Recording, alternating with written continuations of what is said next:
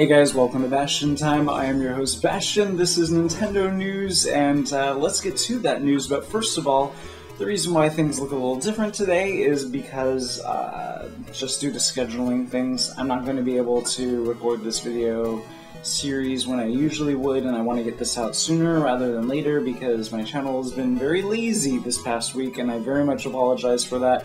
As you may have heard from my previous videos when I was at E3, disasters abound. I planned on being able to provide footage of all of the games the first day, and that did not happen because there was no possible way to upload those videos due to terrible Wi-Fi everywhere in LA. So I'm going to have to create a better plan for next time. And then, to top it off, I got crazy ill with some kind of fever, cold thing at the end of that. So, and then on my way, I am only finally getting over it right now. So, sorry that I've been very quiet on this channel lately. Hope you guys forgive me. But anyways, let's get on to that news, which is, first of all, Mario Kart 8 has quadrupled the Wii U's sales. Now, a lot of people were saying the Wii U is never going to make a comeback, it's dead. Mario Kart 8 shows that it just takes one good game for things to actually start coming together for the Wii U, and Smash Bros. Is only going to be that exponentially. Whatever 4 times...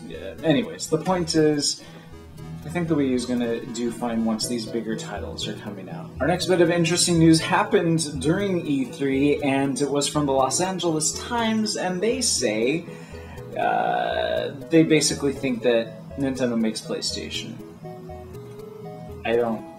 these are journalists that get paid for journalism for a living? You might have heard me talk about Cody Rhodes in the past. He's a WWE superstar.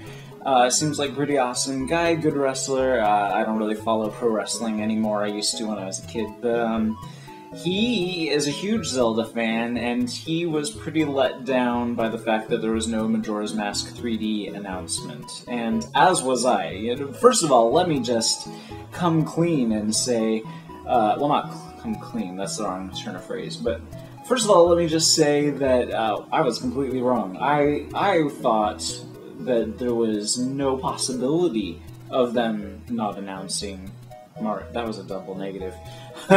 I basically thought Majora's Mask 3D has to be announced at this year's E3. It just has to, and yet it was not. So that's interesting. What that makes me wonder is, are we getting Zelda U even later than we thought? They say 2015, but I guess I don't understand what's holding them up with with Majora's Mask 3D. I mean, A Link Between Worlds has been out for a year now. You'd think that that's long enough for them to announce the next Zelda game. I guess not. They could release Majora's Mask 3D a year after A Link Between Worlds. That's happened before, as far as Zelda goes. I guess they're going to wait a whole nother year to release Majora's Mask 3D. There are signs pointing to Majora's Mask 3D.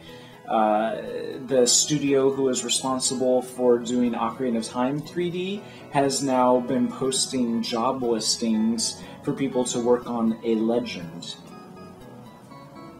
So, I thought it was already done. It seemed like as soon as they finished Ocarina of Time 3D, they would have immediately started Majora's Mask 3D. Guess not.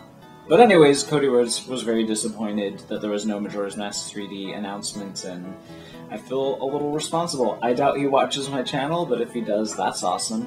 But, yeah, I was one of the big proponents in the Zelda fandom saying, of course there's going to be Majora's Mask 3D at this year's E3, of course! And instead we got some other weird 3DS game. Oh well. So that's it for this episode of Nintendo News. See you guys tomorrow for more news. Bye, guys.